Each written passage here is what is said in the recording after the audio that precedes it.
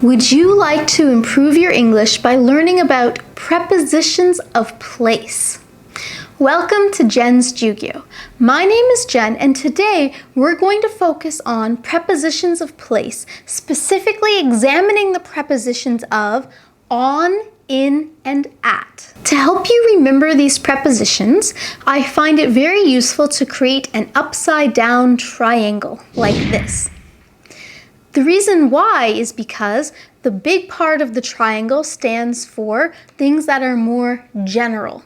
And then it goes down to the smaller part of the triangle for things that are more specific and exact. So putting the prepositions in order, the biggest category we have is in, which is very general. Then, a little more specific than things that use the preposition in, we have on.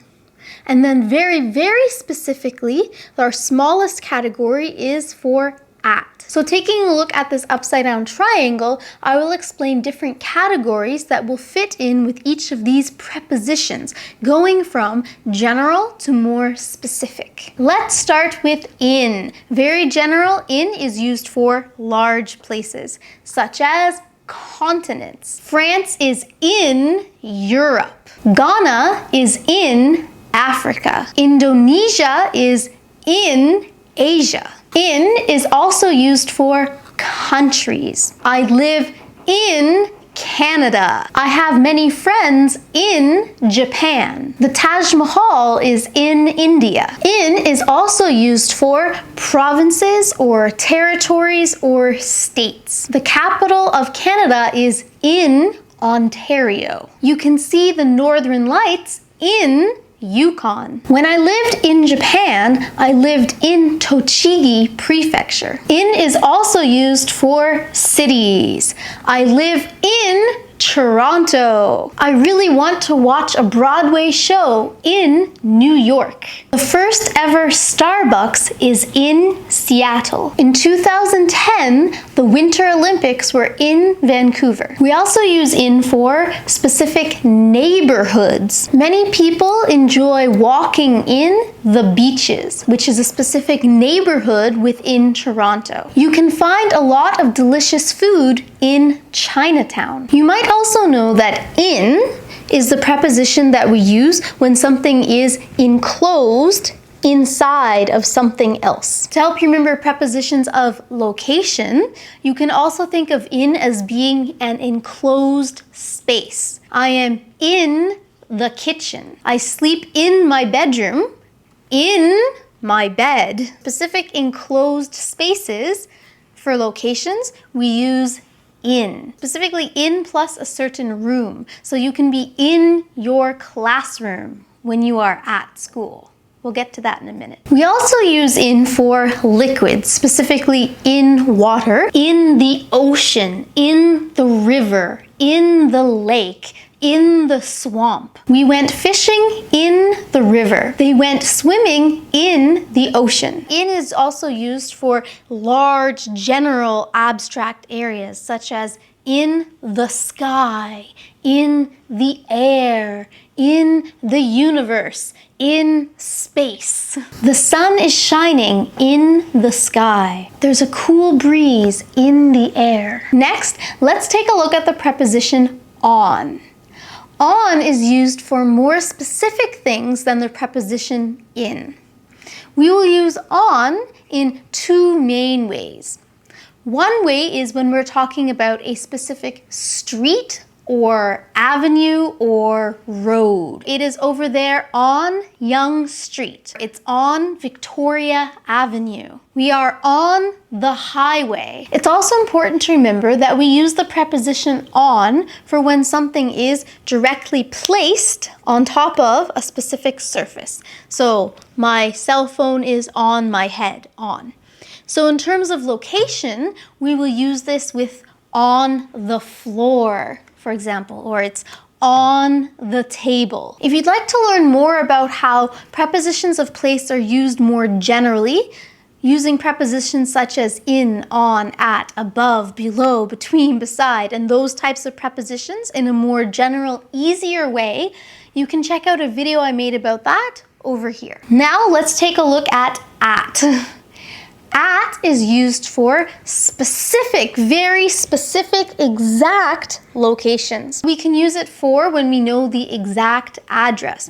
So instead of just saying the post office is on Main Street, we can say the post office is at 123 Main Street. We're giving you the exact address to find the place. Instead of saying, oh, it is on Young Street, we might say, oh, it's at 57 Young Street. So if you know the specific address, the street number, then you should use at. If you just know the general street or avenue or road, then you use on. At is also used for very specific locations. So we could say, I am at home. I am at the dentist. I'm at my friend's house. I will pick up my husband at the station. I need to mail a letter at the post office. So we're giving you more specific locations. If you said, I am in the post office, then it means that you are inside of the building. But most native speakers would just say, I am at the post office, meaning they are inside the building. Or at the post office could also mean that you are directly outside in the general parameter about to enter the post office. So you could also use that to help you think about the differences between at and in. Maybe I am at school, but I'm in my classroom, because your classroom is an enclosed space. It's an enclosed room within the specific location of the school. So we say at school and in the classroom. We wouldn't say I am in school, because that has a different meaning, which I'll talk about closer to the end of the video. The other point I wanted to mention is home. Right now, I am at home. I could say that I am in my house because it's an enclosed area. So this is very tricky and is a point that is something you have to just remember. I am at home or in my house. At is also used to pinpoint an exact specific location. The answer is at the bottom of the page. So at the bottom. Or maybe it is at the top of the page. So at the bottom, at the top. If I want to watch a play at the theater, I want to sit at the front. But if I come in late, then I might need to sit at the back. At the top, at the bottom, at the front, at the back. So we can use at plus that kind of point to help direct people's attention to the specific point that you need to find. So most of these points will use at, except be careful because there's an exception. We will say in the middle. I also want to mention the specific differences that we sometimes have between using in and at. The differences between being in the hospital and at the hospital are actually quite different. If you say you are in the hospital, it means that you are a patient in the hospital. Maybe you are sick or you are injured. You have to stay there to get medical treatment. You are in the hospital. If you are visiting somebody who is in the hospital, then you are not in the hospital. You are at the hospital, visiting that person at the hospital because they are in the hospital. This exact same exception could apply to jail or prison. If you are in jail, it means that you are a criminal and you have done something wrong. You're behind bars. You are in jail. If you are a security guard or a police officer working at the jail, then you are at jail. You are not in jail. If you are at school, it means that physically your body is in that location. But usually when we say we are in school, it means that we are a student who is continuing to learn. So if I say my daughter is in school, it means that she right now is continuing her studies. She's not working a full-time job because she's a student. She is in school. Maybe she's in our house right now, but she's in school because she is a student. If I say she is at school, She might not be a student. She could just be there taking a walk around the school grounds or talking to some old friends. So at school, in school, different. At jail, in jail, different.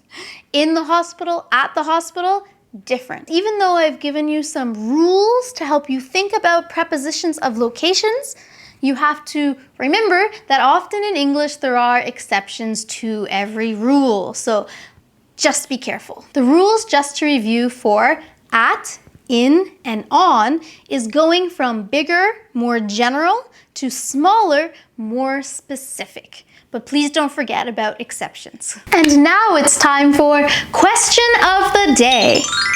For today's question, I want you to use as many prepositions as you can to describe where you are right now.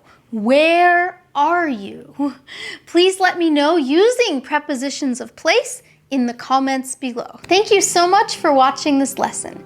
If you found it useful, please subscribe to Jen's Jyugyou and give this video a thumbs up. Good luck with your English studies, everyone, and I'll see you in the next lesson.